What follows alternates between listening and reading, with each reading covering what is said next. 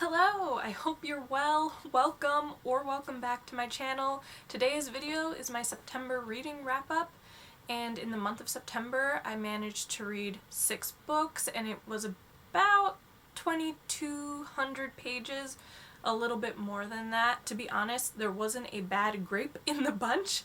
They were all really fabulous books, so I'm really excited to talk to you about them. But let's not linger in the introduction for much longer, let's just dive right into it. The first book I read in September was Giovanni's Room by James Baldwin. How did it take me 30 years before I read a James Baldwin novel? Like, I don't understand.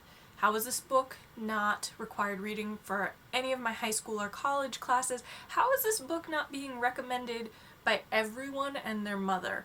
Because it is that good. I knew that the main character is a young man living in Paris who is grappling with his feelings for another young man and is also in a relationship with a woman at the same time. But it was just fabulous. David, the main character, you get a real sense of all of the emotions he's experiencing throughout, and you feel it for him. You feel all of them, from guilt and shame to love and lust. Every emotion that Baldwin has David experience through this book is just so spot on. It was just so realistic. I think that's one of the really crucial aspects of this book, is that it is so realistic, and it is also so beautifully written. If you have not read this book yet, run to the store and get it, because it's amazing and probably one of my favorite books of 2020 at this point. Like, it was just phenomenal, so I definitely gave it 5 stars. So the next book is Fingersmith by Sarah Waters. As a voracious reader of historical fiction, I don't know why it took me so long to discover Sarah Waters. I covered one of her other books in one of my earlier wrap-ups, so I'll link that for you. But she is historical fiction gold, and this book definitely did not disappoint. It has all of the Victorian and Gothic trappings that I adore and why I studied that era, that period in literature. It has mad women in asylums, it has the Dickensian working class squalor, it has the old country manor with its secrets, and it is just so lush, and the world that is built is so striking. At its most basic level, the book is about Sue Trinder, this fingersmith or thief living in Victorian England, who becomes involved in this plot to convince this wealthier young woman to marry a con man unbeknownst to her, and he plans to ship her off to an asylum and then take all of her money. Sarah Waters is the queen of plot twists. Every time I would think I would have a sense of where this book was going and how it was going to turn out, she blew my mind. There was literally a moment where my jaw dropped on the floor and I audibly gasped. Like, I had not seen it coming, and she does that time and time again in this book, which I find amazing. I don't know of many books, let's put it that way, that can do that more than once. Usually it's one big plot twist. This had 2, maybe even 3, that totally threw me for a loop in the best way. It was so cinematic. I thoroughly enjoyed the experience of it. To be honest, it was just so well written. Going into this, I did know that Sarah Waters tends to write lesbian romances, so this is another book that has LGBTQ plus representation. So I knew that going into it, which was not something I had been aware of or for her of the other book I read. So I expected that, but the plot twists, oh my. The only thing I will say though is that I feel that the very beginning, that felt a little bit slower as they were kind of introducing you to Sue and what this scheme was, but once it picked up the pace, it never slowed down. So I gave this a 5 out of 5. I would give it a 10 out of 10. This was lovely to read. So the next book is Say Nothing, a true story of murder and memory in Northern Ireland by Patrick Radden Keefe. And this was a book I was really excited to dive into. If you're someone like me who doesn't know all that much about the Troubles in Northern Ireland, this really does paint a vivid picture, and that's exactly what I wanted from this book. It really gives you this close look and profile of key figures in the IRA. It was really compelling to read about these different individuals and how they were all coping with living through this time period. Because what I really didn't understand before reading this book was that the Troubles were really a war. Belfast was a war zone. I don't even know what I thought it was, but it was far more violent than anything that I had expected. And so being able to humanize the individuals who, for lack of a better term, were terrorists, they were involved in bombings and in all sorts of heinous crimes during the Troubles, is a real feat. But Patrick Radden Keefe managed it. Another really interesting aspect of this book is that you're really looking at the Troubles through these interesting lenses. One of the lenses is this disappearance and murder of Jean McConville, who is a widow and mother to a brood of children, when she just disappears.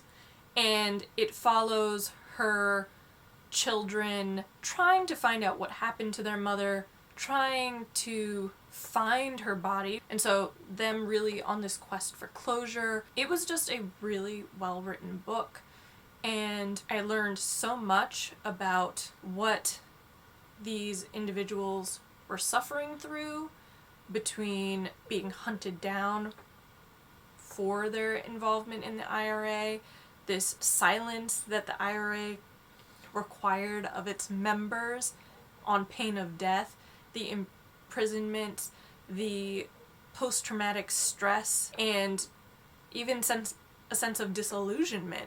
So it's really a book that grapples with a lot of human emotions, a lot of strong human emotions, but I highly recommend it. I gave it 5 stars. The next book is Homegoing by Yaa Gyasi, and wow, wow, wow, wow, wow, wow, wow, wow, wow. Wow.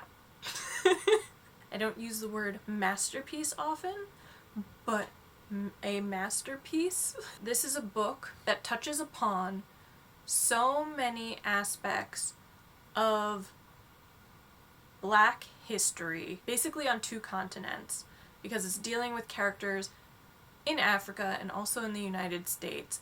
Yaa Gyasi manages to cover 7 generations of a family, and not only does she do it with 1 familial line, she does it with 2.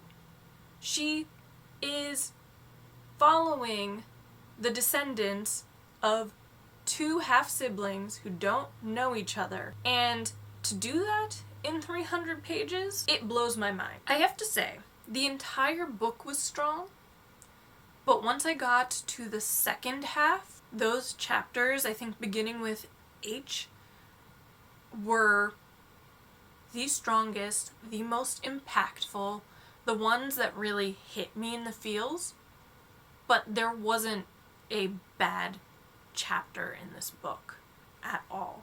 So if you have not read it yet, please go get it, and please read it, because it is an incredible book. Incredible. And I gave this 5 stars, so this was yet another 5-star read for September. September was a really, really good reading month for me. So the next book I listened to as an audiobook, and that is City of Girls by Elizabeth Gilbert. It is a really fun book. It's also a very long book. It's thick, and the audiobook is about a 15-hour commitment. Basically, this character Vivian reflecting on her life in this How I Met Your Mother-esque way when Angela asks her what her relationship was with Angela's father. Most of the book takes place when Vivian is fairly young. It starts when she's a 19-year-old girl who's been shipped off to live with her Aunt Peg in Manhattan, in New York City, in the 1940s, and her aunt is in the business that we call show. Vivian pals around with the showgirls and the actors and all these thespians and kind of runs wild. It follows her through this time period, through the United States involvement in World War II, and then surprising to me, it actually goes beyond that and is this coming-of-age story that isn't just dealing with Vivian as a young woman, it's her maturation through the next few decades, so the 50s, 60s, and maybe a little bit of the 70s. That was actually not something I expected from this book, so that was a pleasant surprise for me. All of the characters are just hilarious. They're all, for the most part, theater people, so you do have those larger-than-life characters throughout this book. As I did mention, it is quite long. I did think that there were places where the pacing might have been a little off for me. At the end of the day, I don't know how many times I actually needed to be reminded of the fact that Vivian was going out and drinking every night or going out and sleeping with another man every night. It kind of got a little repetitive after a while, but otherwise it was just a really fun novel to read. I did give it 4 stars. I did really enjoy it, but because I did feel like certain parts were a little bit too drawn out, it lost a little bit for me. So yeah, that's how I feel about that one.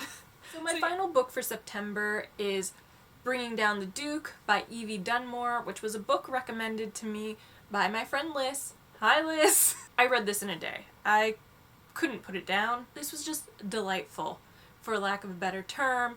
It's the first book in the League of Extraordinary Women series, but it's about Annabelle, one of the first female students at Oxford, who's there because she's gotten a scholarship from this suffragette organization who is at this time trying to get a bill to pass through Parliament, and they're targeting these powerful men in Parliament who they think will hold sway.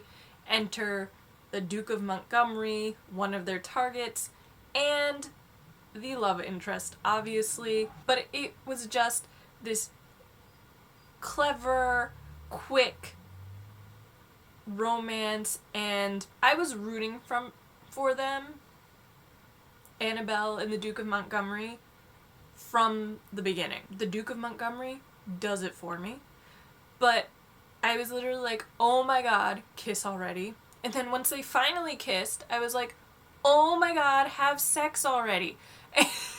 The chemistry and the tension and the romance and the steam factor, it was just lovely. I personally really enjoyed the suffragette movement that was woven into this story, but it's a fun romance. So I gave this 4 stars.